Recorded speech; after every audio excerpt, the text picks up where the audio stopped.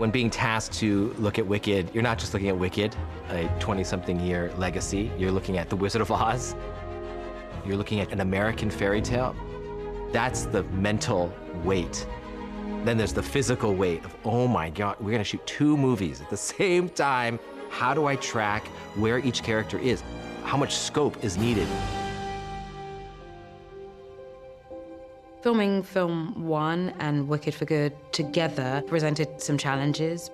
John made sure that we weren't diving from one straight into the other. We sort of made our way through a lot of 1, so we had enough of that information in our systems to get into 2.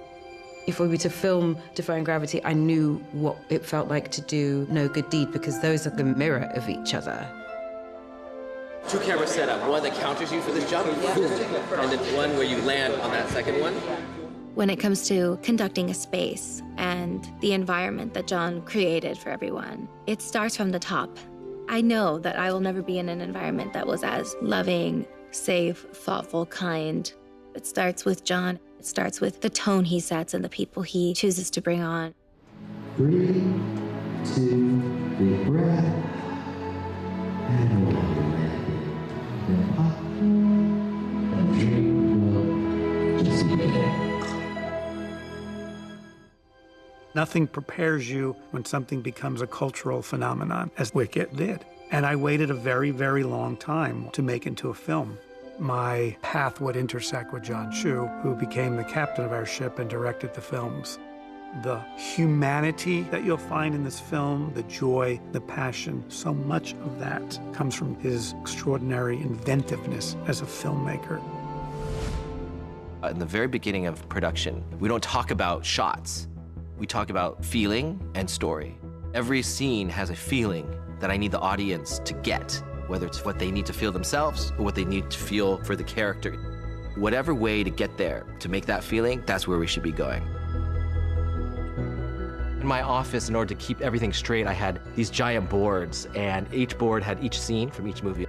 I wrote an emotion that I needed the audience to be feeling in each of these scenes. So that really helped me in whatever scene I was doing. The next day I'd go back and like, what's the emotion? And I also map what the character is feeling, which can be different than what the audience is feeling. And then we have a whole crew of people who are making sure, wait, well then she needs to wear this. Everyone's double checking each other. This is number 3 version of this outfit. And it's actually different though. There is a shorter one than this. Yes. We needed. It was a major structural challenge for us. And we actually mapped out, like, here's where your first question of this world happens. Here's your second, and here's where it blows up. And so we knew, okay, you were pre that section, or you were post the second blow up. That really helped us give a general compass. Then once we get in the scene, then they can make new choices that would be surprising to us on the day, and then we'd put that in our document to know if you gave her that look, then this next one, this is the first time you're seeing each other after that. So, and this could be a month later. So we had to remind each other. Once you do here, like, it's kind of loose. So right now you've been going there and you've been going here. If you get a little behind on that, I think we should keep consistent so our coverage. This is a giant train this here, a giant pink train. The camera's gonna come across as the train just arrived. You will already be here, you will already be out, and Glinda will come out of the entrance of the train here. She'll come through the middle. The process of finding the movie with a group of people that you've specifically hired to attack a story is thrilling. Look at that, you see that. They're all individuals, but when they go together, it's like one giant mass. I see that as our movie, that we're all these little pieces of a bigger collection that is magical. We're moving a giant train. You have to have a vision that can get everybody on board. Every day you're solving 80 puzzles. Where the actor's at, what the story needs, what props are there. Oh, that button looks weird. Is that camera now not showing the stuff that we actually did? Hold that a little longer, basically. Discover that. And then your looks back can be quick, or not as far back. Your last second. Okay. This director has got a beautiful duality. He's a technical wizard, but he has the soul of a poet, and he never loses sight of the human story of every individual character that you see on screen. He's constantly mining for what's really going on. He's generous and absolutely clear in the way he communicates. These cameras are going to get you. We're going to use those things because it shows a connection between her and the people in a much more intimate way than just making everybody happy. The physicality of doing this for 4 years, of trying to map out 2 movies at once, trying to deal with people's expectations, your own expectations of yourself.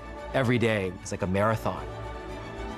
In Wicked for Good, you get to the guts of what Wicked is all about. And in my opinion, was the whole reason that you make Wicked in the first place.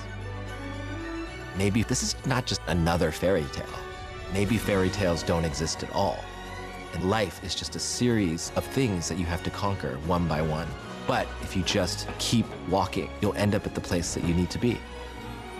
This was the movie I was always meant to make, and I'm excited to share it with the audience and for people to feel that whole evolution of the world of Oz.